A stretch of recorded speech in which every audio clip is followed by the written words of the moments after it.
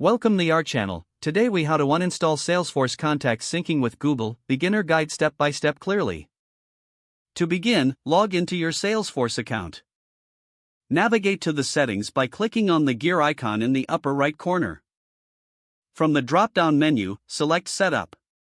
In the left-hand sidebar, locate the Quick Find search bar. Type Google into the search bar. Click on Google Apps under the Integrations section. Here, you will see a list of connected Google services. Look for the option that mentions Contact Syncing. Select the Disconnect or Unlink button next to the Contact Syncing option. A confirmation window may appear.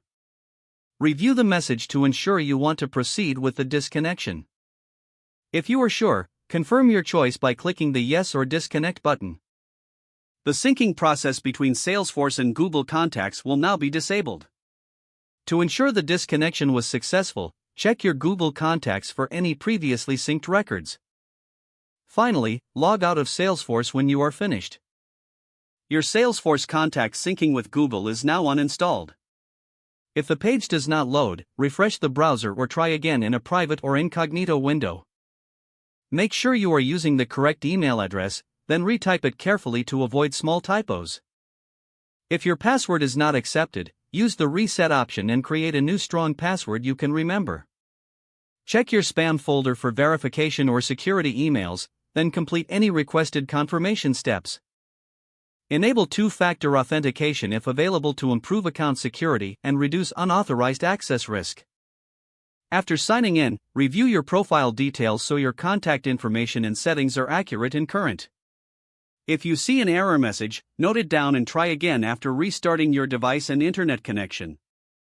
Log out when you finish, especially on shared devices, to keep your account and payment information secure.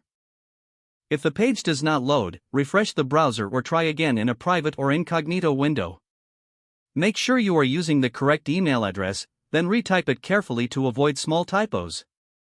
If your password is not accepted, use the reset option and create a new strong password you can remember. Check your spam folder for verification or security emails, then complete any requested confirmation steps.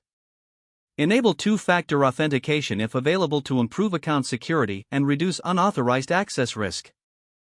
Don't forget to like this video and subscribe to our channel for more step-by-step tech guides.